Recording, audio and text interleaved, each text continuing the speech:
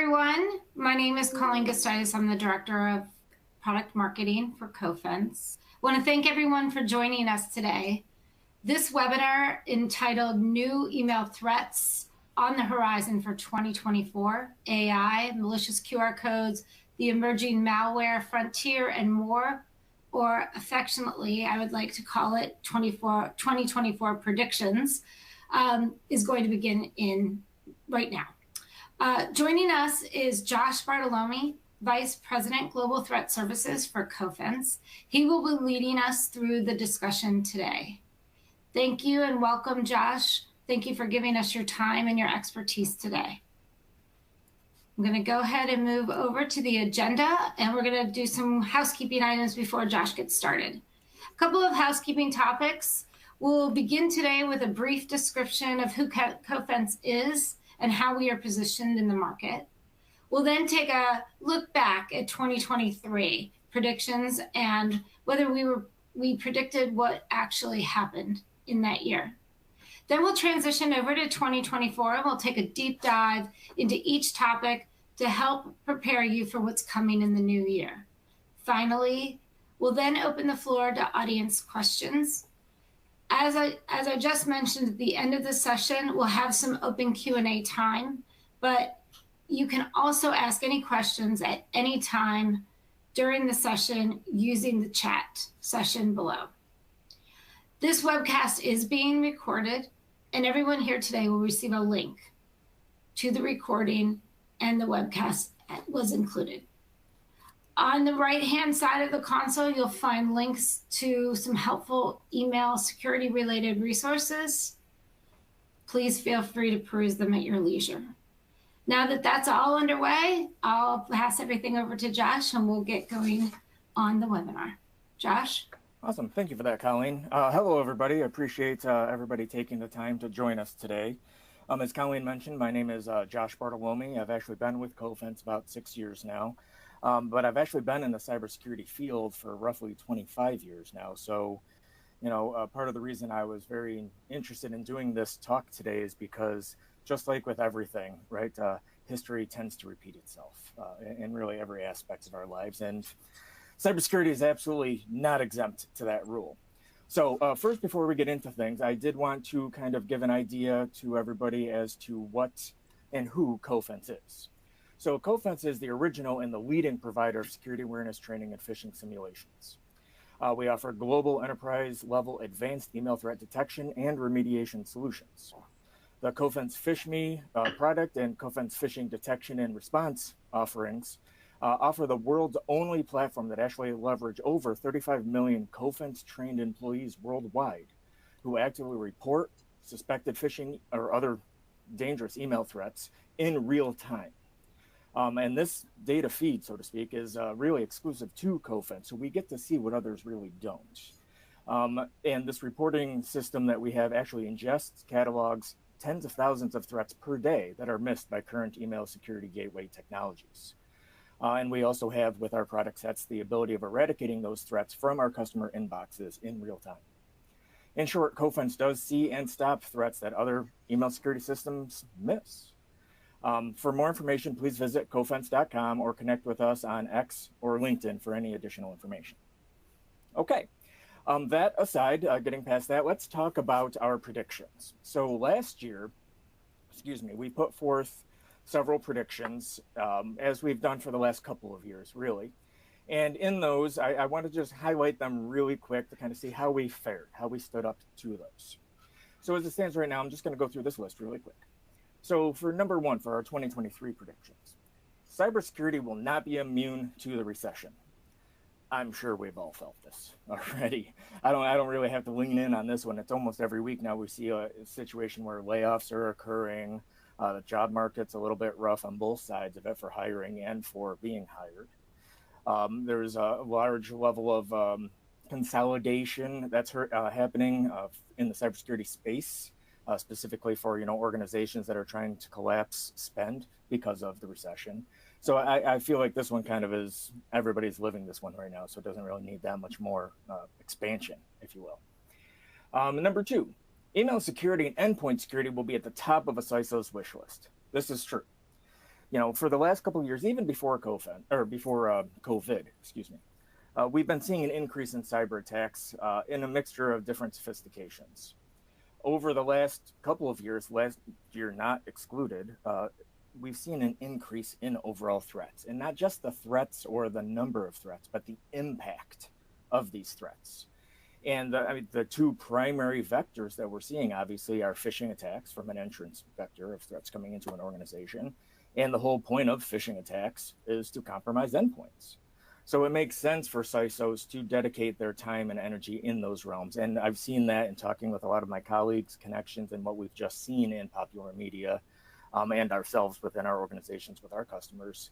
Endpoints and email security really has been a top priority for a lot of organizations to try to minimize any type of dwell time or mean time to detection of threats or potential compromises. Number 3. Cyber insurance providers will look at organizations' blood work to underwrite policies. We are seeing that absolutely more and more.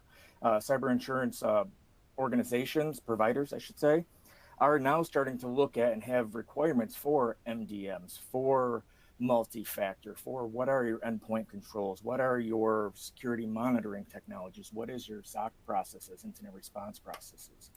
That's getting a little bit less from standardized checklists to more in the weeds, like what are your response times, what have you seen, what are you seeing, what is your business continuity plan if there is a compromise. And we're seeing that obviously at varying levels depending on the insurance provider, but they are absolutely getting a lot more nuanced and a lot more detail oriented insofar as to their questioning and overall contracts and policies. Number 4, the reliance on crowdsourced threat intelligence will increase significantly. That's, over the last couple of years, intelligence is one of those items that actually has one of those patterns that I've seen over the last, 2 decades. And right now we're in that upswing of threat intelligence. With the volumes of attacks everybody's seeing, there's a lot of information sharing on public platforms, X, LinkedIn, and other sources, obviously, as well, insofar as, threat hunters and security professionals sharing out threat intelligence, as well as, obviously, a focus within a lot of the vendor space for threat intelligence, not just the normal open source threat intelligence, but actually, kind of compiling the threat intelligence and getting more collaboration on intelligence so that individuals can add in if they've seen things to allow if something has a lot more viability or concerning aspect to it, if any of these indicators, any of this threat detail is. And we've seen that a lot more over this last year, especially if you just follow, on Twitter, there's a lot of great individuals and organizations that are sharing out intelligence, and even a lot of the vendor space are starting to share out intelligence and their insights, all based generally on this crowdsourcing model. And we are seeing that, have been seeing that a lot more, really. Number 5, BEC will see a continued rise, especially employee impersonation fraud. Year over year, BEC fraud is increasing. Last year was absolutely no exception. I've talked with multiple victims of BEC, both after they've had situations or right before, and they realized they were subject to some fraud activities. And overall, again, there's a lot of research firms out there that are going into some of this. Cofense itself has published some material on BECs and the threats and volumes that we've seen as well. Without question, 2023 has been a banner year, for lack of a better way of saying it, insofar as BEC volumes and impact to organizations. Number 6, there will be a mass consolidation across email security, leading to an increase in attacks. So the first part of that we already talked about. That was number 1. That's part of the recession work, really. And the consolidations make sense when people are trying to trim budget, save time, save money, kind of optimize the resources that you have within a single vendor space. That makes sense. Leading to an increase in attacks. Now, why that? Why did we say that? Well, 1, we can say this part is true because we have seen such an increase in attacks, right? The pattern that I've seen over the years, to kind of lean back on that, is we go from diversification, don't put all your eggs in one basket, to consolidation, to diversification, to consolidation. So right now we're seeing that mass consolidation, and the problem is we're putting all of our eggs in one basket. Now, some of this is obviously my own personal experience and opinion here. And sometimes the threats are so nuanced that the big players or the consolidated security technologies don't pivot fast enough to be able to respond to some of these more dynamic threats, because we're seeing threat actors pivoting much faster in the last year, 2 years. And I fully expect that to increase. So we have seen, I mean, a week doesn't go by that you don't pick up, I'd say newspaper, but I don't know if anybody gets newspapers anymore, where you don't open a news feed and actually see somebody got attacked, there was some breach, there was some ransomware attack, something along those lines. So there absolutely is an increase in attacks.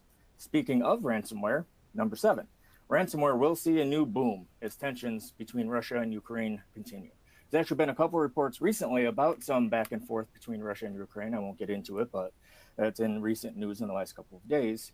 But overall, ransomware, unfortunately, again, 2023 has been kind of a banner year on a couple of fronts. Ransomware attacks have been large in number and, very impactful, and attackers are getting brazen in the dollars and how much they're now actually asking for a ransom. And obviously you have some organizations that have to pay, and sometimes you have to, sometimes you shouldn't. There's reasons for both sides of the fence. But ransomware is unfortunately something that's not going away, and do continue to see that, or do plan on seeing that increase over the next year as well, which we'll talk about in a little bit. Lastly, romance scam and consumer frauds will run rampant in 2023 to secure some big fish. Consumer fraud is at an all-time high. Romance scams, which is really online enticement and engagement for money laundering, money fraud, those have gone off the charts, really.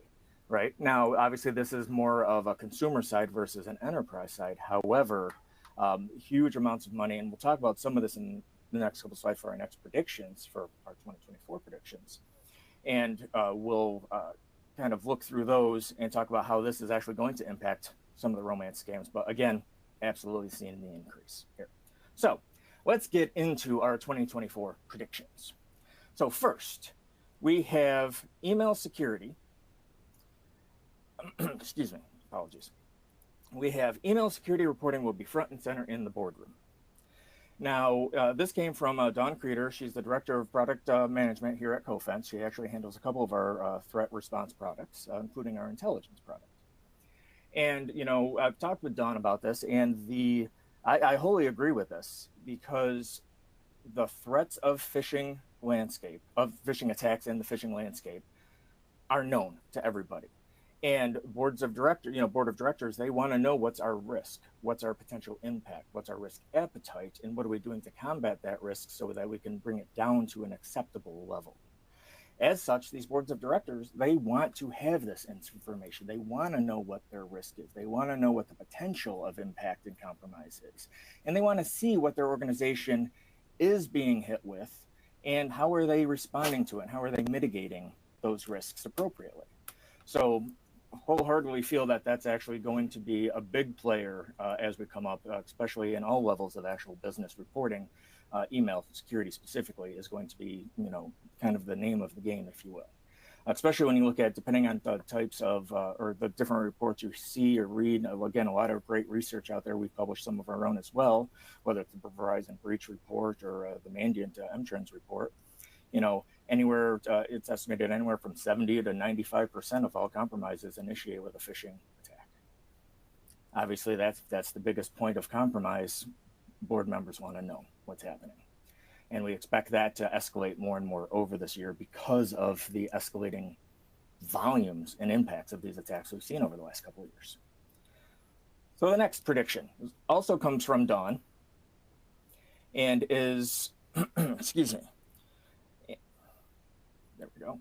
Sorry about that. Those come from Dawn as well, and it is specifically about AI. Insofar as threat actors will capitalize on the advancement of AI, ML, and ChatGPT through malicious emails. Now, there's all sides of this fence, and there's, hyperbole insofar as, is AI really going to impact phishing, not impact phishing? And I think there are lines where it may or may not, and I've even said some of these myself. Example would be a lot of these threat groups, the really tailored, built out, sophisticated threat actor groups. They already have tens of thousands, if not hundreds of thousands, millions of real emails at their disposal from compromised accounts, compromised companies. So why would they need AI, ChatGPT, to craft new emails. For the most part, they probably wouldn't. However, what AI, ML, ChatGPT do actually offer is an entry point for the lower level attackers. In the old days, we'd call them the script kiddies, right? The ones that, they may not, they're solo actors. They may not have a large level of sophistication insofar as, like a threat actor group, a defined, criminal organization. And this will allow those individuals, those smaller groups, to actually generate payloads much faster at a much higher frequency with much more accuracy insofar as grammar, semantics, things along those lines. Additionally, there is, I see one of these areas actually being on a trend that we're starting to see insofar as phishing emails, the voice phishing emails. You get an email that says you bought something, or your IT team needs you to confirm a code or something along those lines, and it gives you a phone number and some details you have to actually call into. And I can see a lot of the deep fake work, the ChatGPT work, and the AI work with doing those types of phone or voice AI elements. Actually deep faking somebody's voice, whether it's your boss or whether it's somebody on your team, or being able to dynamic generate conversations that adhere to what you would expect to hear in your organization. So there are layers that we expect AI, ML, and ChatGPT to actually start impacting from a phishing threat landscape perspective. Excuse me. Next is from Dylan. Dylan is a senior analyst here on our intelligence team, and he predicted out that a new malware family will fill the void left by Qakbot. We're already seeing that. There's multiple new threads that we're seeing that are coming through. Excuse me. New attacks that we're seeing, new pieces of malware that some have already hit Qakbot level. And the reality of what happens is, you've been in security for a while. You've heard it said, you've probably said it yourself. It's a cat and mouse game. Every time we get a new cat, the mouse gets smarter. And no difference here with malware, unfortunately. Every time there is a new sophisticated malware come out, and there's obviously, like with Qakbot, there was a huge takedown, and that was an amazing takedown and great work to everybody involved. That leaves a void that somebody else is going to fill with something more expansive and potentially more dangerous and advanced. So fully expect that. Again, we're already seeing large trends with a couple of malware families that are starting to fill this void, and we expect either them to step up for a bit more or others to enter the field as we go into 2024. So, the next one is from Jared. Jared is, excuse me, the manager of our threat intelligence engineering team. And he stated that the cybersecurity threat landscape will intensify as social engineering attacks occur. Excuse me one second. Sorry about that. So there's been a couple of big attacks recently, right? The MGM attack started as a social engineering attack that then converted into a ransomware attack. Again, cat and mouse game. Right, we're putting in organizationally across the spectrum, right, for phishing attacks. We're putting in technology controls so that we can help either identify phishing attacks quicker, help train our employees on phishing attacks, remediate phishing attack impacts as fast as possible, everything along those lines. And so what do attackers do? Some of it just goes back to old school. Again, history repeats itself. Just start with a phone call. Just start with standardized social engineering tactics, impersonation. We're getting into, myself, I don't like getting on phone calls anymore, right? So if I get a phone call, usually it's important, and I start paying attention to what's being said to me. I expect that we're going to see that a lot more from that actual engagement, voice engagement, social engineering aspect, which also does actually lend to our prior prediction insofar as AI models. Imagine if you got a voicemail message or a direct voice message from somebody that sounds exactly like your CEO, or exactly like your CIO or your CISO. With deep fake, technologies that we're seeing now, that type of impersonation is relatively easy and can be done almost on the fly, if not on the fly, by an attacker. So they can have real live conversations with you. which really muddles the aspect of social engineering. We really have to be more concerned with how things are happening, and what we're being asked to do and why we're being asked to do it. Sometimes we're going to actually, I strongly feel we're going to have to start asking questions to make sure that who we're talking to is who we're talking to, and really take that extra grain of salt, if you will, because again, they're going to, threat actors are really like water. They find the path of least resistance. You spill a cup of water on the ground, it's going to kind of go around to where the path of least resistance is. Threat actors do the exact same thing. Least risk, highest reward. Least effort, highest reward. Social engineering attacks are relatively easy, and since so much emphasis has been placed on the technology side of it, again, the weakest link is always the human, myself included. So fully expect that to be a situation that we run into. Next up, we have Max. Max is one of our senior threat analysts here at in our intelligence product, in our intelligence team. Excuse me. And Max prediction, malicious QR codes are just getting started. So now here's an interesting one. It's a little bit on the technical side, but more so it's adjusting to what we're seeing as a societal norm. So throughout this year, we saw a huge spike in QR codes. So for anybody that's not familiar, right, the QR codes are it's a little square that has all the little blacked out boxes, 4 corners have some squares in it, and it kind of looks like a weird jigsaw puzzle. You take a picture of it with your phone and it points you to a website or some service. A lot of restaurants are using it now that's how you get their menu, things along those lines, right? So it's becoming much more commonplace in society. So what we've seen is a huge surge. I mean, you're talking, hundreds of % increase surge in QR codes being used in phishing attacks. And specifically, the themes run the gauntlet of everything from you bought this to IT needs you to do this to HR needs you to scan this. And what it does, though, is it causes an employee to take out their phone and actually use their phone to scan the QR code, which now takes the employee outside of the organization onto their personal device, if it's BYOD or their personal phone, obviously. But it takes them outside of the security's boundary or the organization's security boundary. So now they're on their personal device, potentially entering an information or installing an application.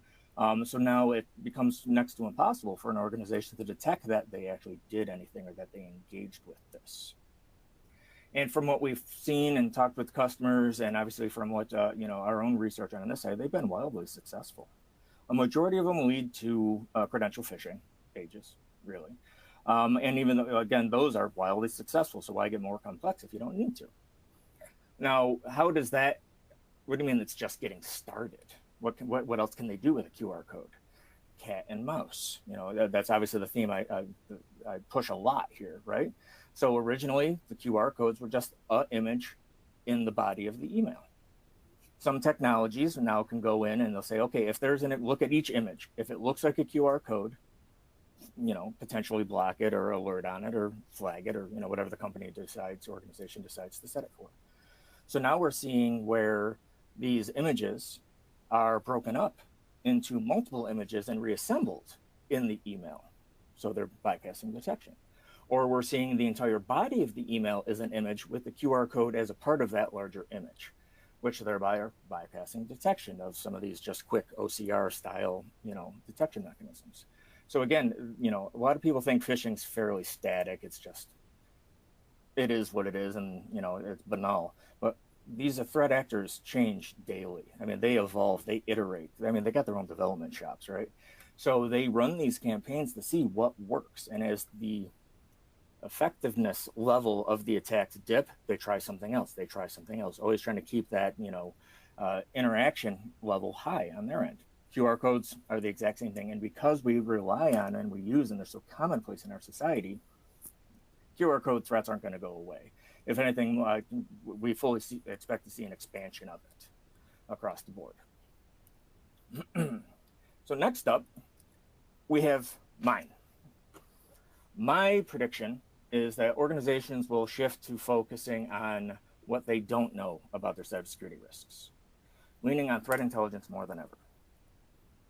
Now, last year we had a prediction that, threat intelligence would be a big focus point, really, for um, organizations to dive into and to, kind of work with.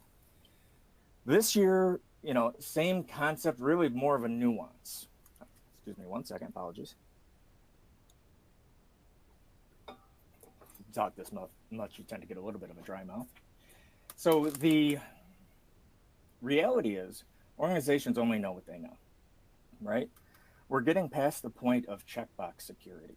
And I don't mean that in a negative way for any organizations. Obviously, we have standards, we have compliance requirements, we have regulatory requirements that we always have to adhere to, without question. But we're definitely getting into we want to know what we don't know, because those are the areas that impact us the most organizationally from threat attacks, from compromises, and take the most time to actually detect and to remediate and mitigate. So, fully expect over the next year, because of what we've seen over the last couple of years and where we kind of expect the threat landscape to go to in 2024, that organizations are going to start relying on or start looking for more from a threat hunting perspective, to actually start identifying what they don't know, minimize that pile of what don't I know, or at least shed some light on it. And a lot of that's going to come down to threat intelligence. Now, this one I'm actually partial to, because that's part of the reason I came to Cofense, right? I mean, I've managed SOC teams. I was an incident responder myself for many years. And, I got tired, right? I mean, getting the calls at 3 a.m. And then having to manage an investigation and then coming to work the next day. And that's part of the reason I came to Cofense, is because of the phishing specific angle, because almost all of the compromises I was seeing in the organizations I worked with then were phishing initiated, right? So I have a special place in my heart, so to speak, for threat intelligence, specifically to phishing. Most threat intelligence, they might have some phishing threat intelligence in there, but usually it's post-compromise intelligence, which is fantastic and exceedingly useful. Please don't misunderstand me on this one. But when I say that, we're going to look at a lot of the threat hunting and a focus on threat intelligence, what I fully expect is nuanced threat hunting and nuanced threat intelligence versus broad source, versus older intelligence, because intelligence has a life cycle, right? I mean, if it gets a little too long in the tooth, it's no longer viable. Whereas like phishing threat intelligence, I see that as a huge push in 2024, because what if you stop the compromise before it happens? Then you don't have to do a deep, remediation and rebuild systems and trace out for root and all this other such. Or even if you do have a compromise that occurs and you are able to find root is an email based on dedicated threat intelligence, you minimize the amount of effort that you're having from a trace, and now you actually can then go in and looking at what you can do to remediate, mitigate the situation, and lessons learned for what can you do to help improve that so that doesn't occur next time. And this kind of ties up all of the other items that we've talked about here so far, insofar as our predictions for this year. And in saying that, I used to be a subscriber of many threat intelligence feeds. Sometimes the data was fantastic, but again, it was post-compromise. Sometimes the data was a week old, 2 weeks old, because it was an aggregation of open source data. Doesn't really give good value. But the threat intelligence piece ties into what you don't know, the types of details the board will be interested in wanting to know. What's your threat impact? What's your risk levels? What's your susceptibility? And when done right for organizations, it helps them to know what to train their employees, because now you know exactly what's targeting you based on volume or based on impact. So if you're getting a specific type of phishing threat campaign, now you know what to do your simulations for and how to train your employees. If you start getting a lot of these voice phishing, the phishing attacks, send out notifications to your employees to watch out for it, to say you'll call them back and call the person that was calling you directly with the numbers you have for them, things along those lines. So oftentimes in times like this, where we're running in a recession, current recession, consolidation of costs, let's put it that way, because I know some people don't like the word recession. Generally speaking, these types of extras, the threat intelligence, the threat hunting capabilities and staffing, are often looked at as, do we really need them? My opinion is right now we need them more than ever, because it's so evolving right now. Everything that we've already talked about, all the previous predictions, all tie back into a lot of these we don't know, and most organizations might not have that visibility. And how do you find out if you're subject to it? How do you find out if you're being impacted to it? It all comes down to that visibility, that insight, and hunting, looking for what you don't know and being able to actually fully quantify it. Now, obviously, I walked through a lot of these fairly quickly. I'm more than happy, and we have more than enough time here.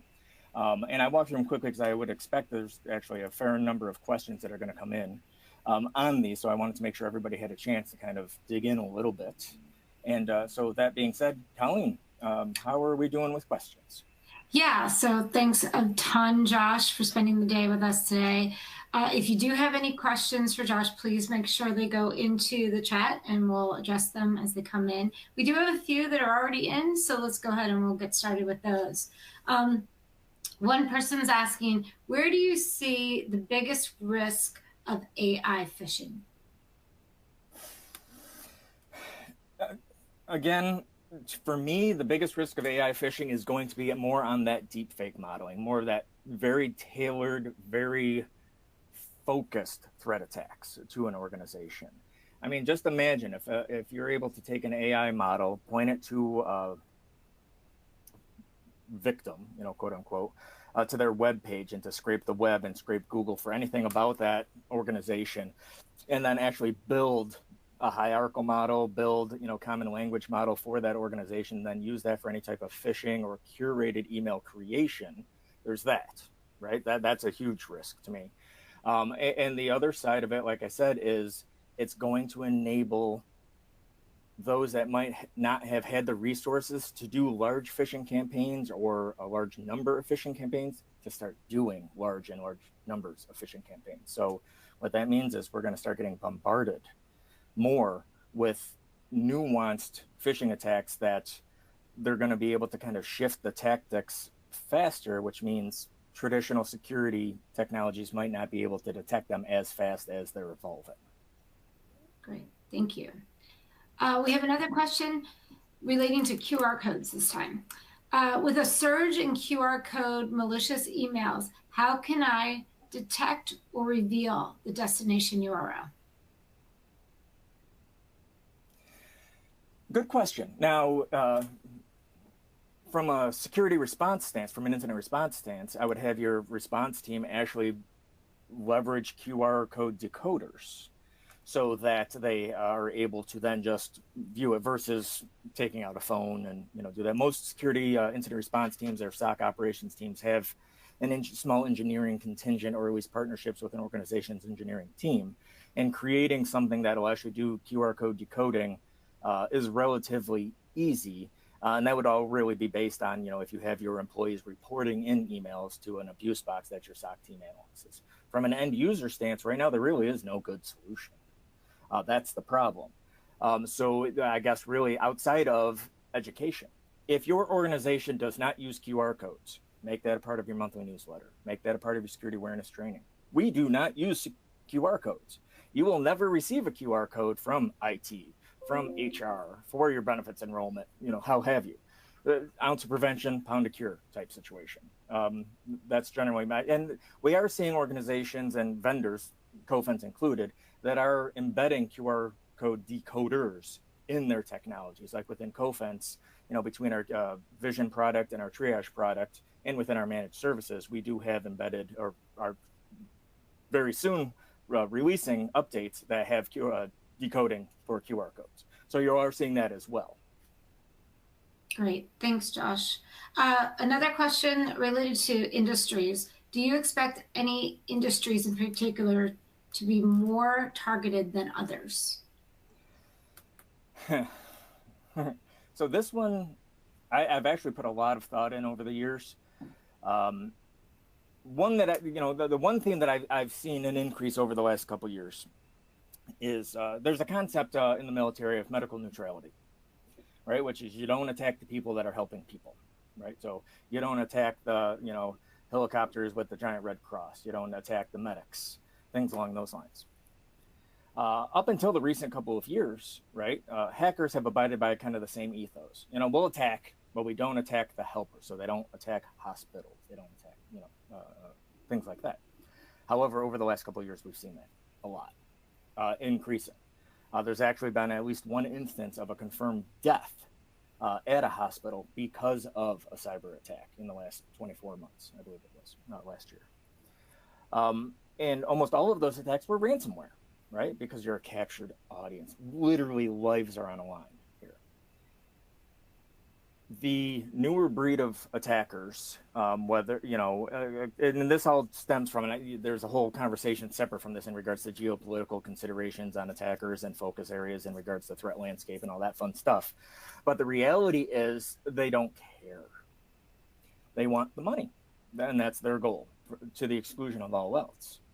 So while I wish I didn't have to say this, I feel that healthcare is probably highest risk and really going to start to be the focus on, because they have to pay the ransom because lives are on the line. And attackers know that, right? So especially when you get these unscrupulous attackers or groups that they just want the money, they just want the ransom. I feel healthcare is going to be really hit. Other than that, I'd say it's the standard industries we always see. Finance is always a target because, well, that's where the money is, right? And, critical infrastructure, but that generally is always based on nation states, threat actors that are really, political activists, things along those lines. And there's always the industries that are opportunistic. Hospitality. I want to do a broad-based attack, and I was able to compromise MGM.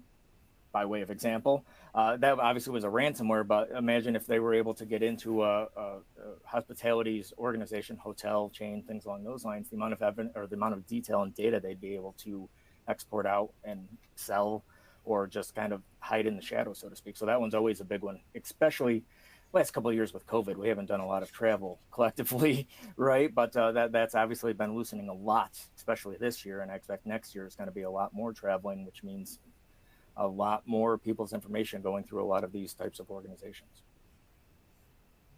Great, thank you. We have another question, and this is a fairly lengthy one, so bear with me here. But since the landscape is shifting towards BEC, phishing, and QR codes, plus the adoption of technology like URL rewrites, how important are the traditional tips such as looking at URLs, sender addresses, etc.? Should we focus more on how to detect fraud, exploitation, etc., etc.? That's a great question. And here's what experience has told me. We get the new shiny that comes out collectively. And I'm saying this from like being on the corporate side, right? For Cofense, the whole line, just me being a practitioner. We get the new shiny problem, BEC, all this other stuff. Let's focus on that. Sometimes to the exclusion of what we've already been working on, insofar as looking at these email points, look at, like you said, the URL, mouse over the URL, look at the sender email address, is it expected, look at the grammar. The problem, and then we focus on that, and then what happens is you start seeing a dip on the other side, right? Because we're not reinforcing the messaging, and memories are short by people that don't do this, right? We do this all day in and day out, collectively. If you're in information security, this is your life. This is how we're wired. This is how we think. We have to remember other people don't. Finance doesn't. If we don't, marketing doesn't. Sales doesn't. Engineering, insofar as, code dev, things along those lines, they don't. They come in, they do their job. If they're not getting reinforcement on certain aspects, it drops off after a while. I always look at it as, first in, first out, with kind of the memory, if you will. So these new aspects are important because it is what's happening. And, the trends that we're seeing is they're not going away, and they are obviously increasing, but we still need to continue to reinforce the prior aspects. Like BEC, for example, paying attention to the sender email address is very important for BEC. I received one from my CEO. It displayed his name, but the email address was from a server that I know my CEO would never use, right?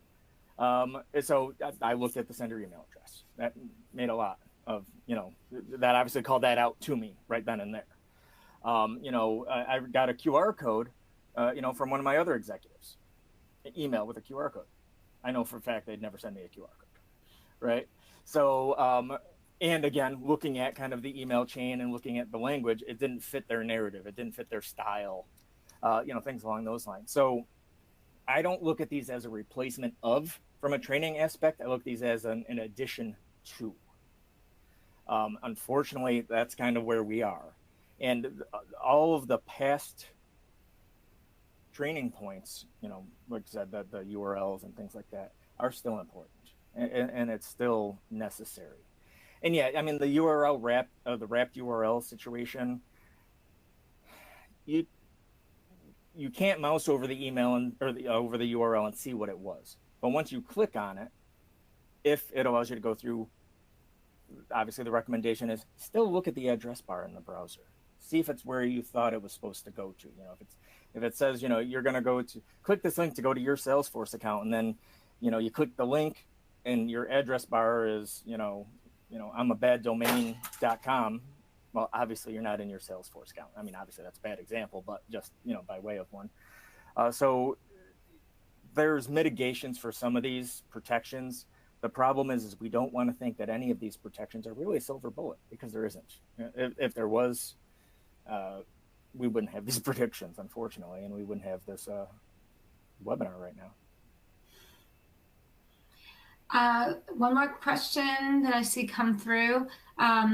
When we whitelist Cofense domains and IPs for our simulated phishing campaigns, what is the likelihood that an attacker could potentially impersonate Cofense phishing domains or IPs?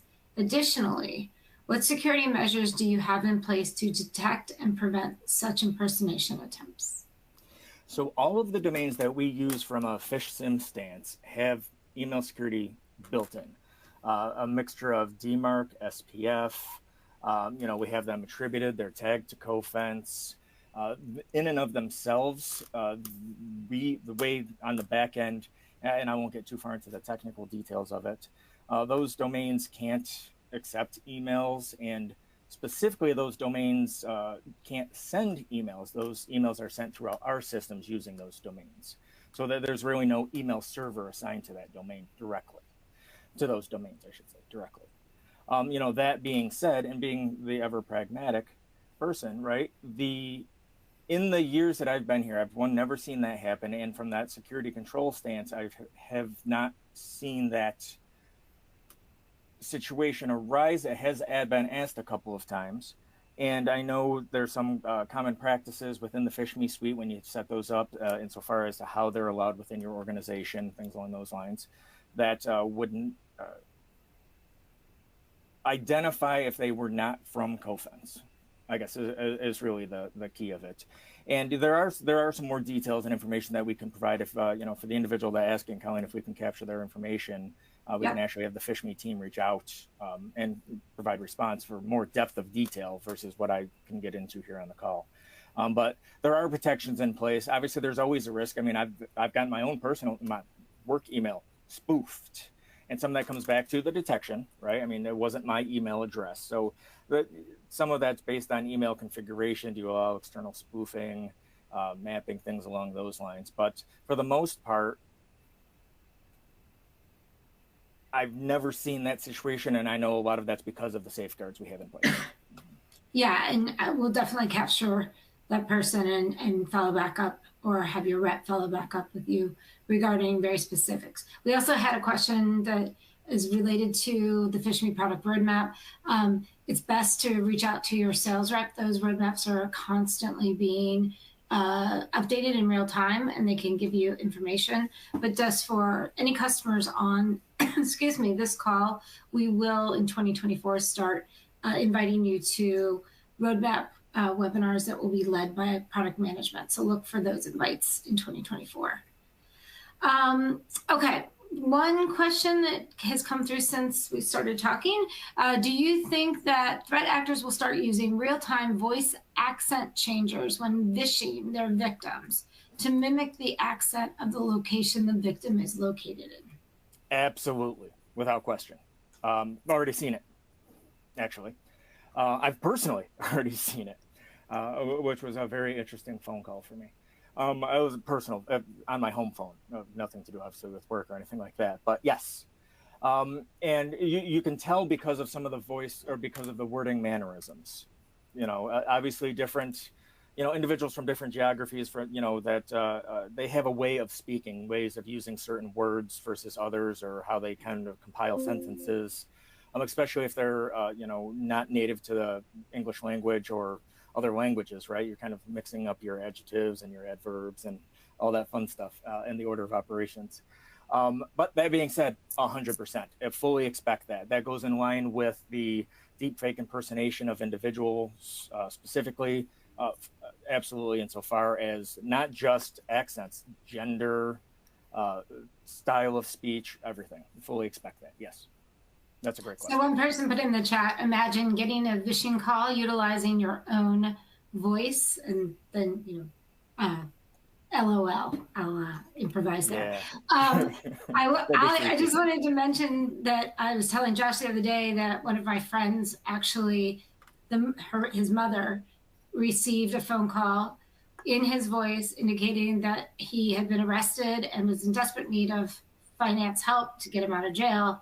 The good news is that he was actually sitting next to his mother at her house when the hacker called. So it is a laugh out loud, but it is just disappointing that we even need to worry about things like that, right? Okay, there are a couple more questions. We'll hopefully get to all of them, but let me go ahead and read this one. I'm hoping I'll do it justice. There is a rumor that ChatGPT Q-star model has broken AES-128 by inventing a new kind of math. Are you worried about AI tearing down security pillars like AES? What can we do to prepare for AI being such a disruptor? Interesting. Now, it's always been expected at some point, right, that we'd have systems, code, knowledge, however, algorithms, whatever the words you want to use are, AI, to break encryption, right? But that's also why we're always, as a field, from the cybersecurity sense, always increasing our encryption standards, modes and methods, things along those lines. I've read some of what was mentioned. I have not gone into depth because I've only read it in the last couple of days personally. However, some of it, is hyperbole in my opinion, insofar as more sensationalist media. A lot of times you got to remember, it's like, well, we did MD5 collisions, okay, but it was in a very tailored environment with very specific criteria in the files that created the same MD5 hashes that still has never been replicated in the wild. So not knowing the details in depth, frankly, I'm not that good at math to go into those layers. I wouldn't be overly concerned with it today. However, yes, you know what, in the future, I would be surprised if it didn't happen. Especially with the advent of quantum computing and, obviously like AI, different models, things along those lines down the road. And that's why it's always important to make sure that your vendors are either aware of what's going on and, when something is, for lack of a better word, real in these types of situations, active exploits, or it's an active knowledge that, people can actually have replicated and, verified that this is happening. Vendors need to be able to, and organizations need to be able to adapt and pivot quickly insofar as updating their models. And that's why a lot of vendors, ourselves included, use multiple, encryption models and always try to keep on top of the encryption standards. And even if, recommendations might be to use X over Y, Y still in the quiver in case the situation ever arises and is needed. Great, thank you. We have time for one more question. Recently on X, formerly Twitter, there has been some talk in the AFSEC community regarding .contact files being used as email attachments to smuggle malicious URLs. What is Cofense's thoughts on this novel technique? It's that evolution. We've been seeing it for years. A bunch of years ago, we were talking about the attackers starting to use relatively unknown to the current set of users file types. Some that are native within Windows and that you just click them and they open, like ISO files, like VHD files, which are disk image files, floppy disk image files, things like that, right? And, the ICS files for, actual calendar invites and scheduling, all of those have been used to either, push out malware, links for credential phishing, compromises or even just start the social media engagement. What you're pointing out here is what we see every day, what I've been seeing for 20 plus years. And, it's when I said earlier that, most people think phishing's banal. It's just, it never changes. It's phishing. Okay, check the subject line, check this, check that, check the other thing. It's just phishing. The attackers are always trying something new. And this is one of those instances. They're trying something new to see if it works. And they're going to continue to use it as long as it works. And when it stops being as efficient or as effective, they're going to try something else. It's a constant iterative feedback loop these attackers have built. So I wish I could say it's an anomaly, but attackers are always coming up with novel exploits. This isn't directly an exploit. It doesn't have a CVE and all that fun stuff, right? But they're exploiting the detection mechanism, just like ISO files, just like VHDs, just like ICS files. So I'm not surprised that it happened or that it's happening. I fully expect it to grow, and I expect that to probably be an issue. And then once that gets nipped in the bud, so to speak, something else. So it's that pattern we've seen for too many years. So yeah, it's not unexpected. Great. Thanks, Josh. I want to take this time. I can't believe I'm inviting everyone to a webinar in 2024. It seems like this year went by so fast. But our next webinar is on phishing, and it will be January 24th. We have started to send out information about that. You can also access this website here, cofense.com/phishing. That's our landing page. You can register for the webinar there. I want to thank everyone for joining us today. And Josh, can't thank you enough for spending the day with us, giving us great insights. For Cofense customers, if you've heard anything that you want to dive deeper into, I highly encourage you all to reach out to your rep to schedule some time so that we can speak to you about the different enhancements we've made to our entire product portfolio, both on the SAT side as well as the threat detection and response side, to address some of these issues we talked about today so that you're better prepared for the upcoming new year. For anyone who's not a customer that's joined us today, please follow us on Twitter, use the resources here on this webinar portal, and reach out to any of us via the forms on our website, and we can dive deeper into our solutions and how they can address and stop threats for your organizations, as well as conditioning your employees to not only identify but report malicious emails when they see them. Alrighty, well, that really ends it for our content today. I want to wish everyone a happy holiday season and a great new year. And we look forward to seeing you on the 24th at our phishing webinar. Thank you very much for your time today, and have a great rest of your day. Thank you, everybody. Have a great new year.